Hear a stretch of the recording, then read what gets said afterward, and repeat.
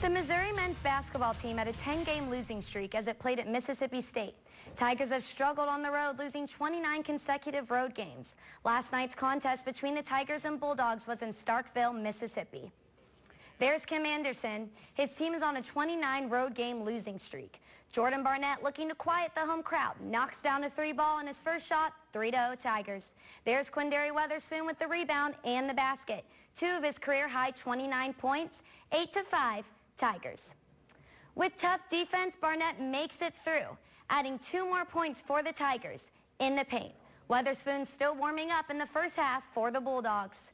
Start off the second half, nice pass here to find Weatherspoon for the 3, making it 52-47 Bulldogs. Missouri began to lose their grip on the game.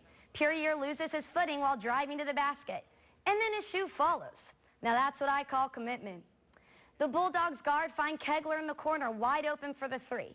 Things didn't get much better for Mizzou as the Bulldogs stuffed them on this shot, and Weatherspoon fast breaks to take it all the way home, followed by the point by Kegler. With under a minute and a half remaining, the Tigers couldn't catch a break as Bulldog fans began to cheer, knowing they would be adding another win to their record at home. The final in this one, Mizzou falls 89-74. Their next game is this Saturday against the Gamecocks at home. A big night of high school basketball in Columbia last night with 4th-ranked Rockbridge visiting 5th-ranked Hickman. Some Mizzou women's basketball players showed their support, including the Cunningham sisters who went to Rockbridge. Rockbridge got off to a great start. Peyton McAllister not afraid to drive it home with the layup on the counter. Bruins with the early lead. Then Rockbridge switched to Elle Brown. She sinks the 3, and the Bruins expand their lead as the crowd gets excited. Then it's McAllister, once again driving the lane. She finished with a game-high 18 points. Hickman, not giving up just yet, would try to keep it close behind. Nyjah White, she hits the step back too. White finished with a team-high 12 points. But in the end, Rockbridge was too much to handle. Brown with the monster block, fast breaking down the court. She feeds Katie Clucking, who lays it in effortlessly. The Bruins dominate Hickman on the road, 53-38. The Missouri gymnastics team received some devastating news that will impact the rest of its season.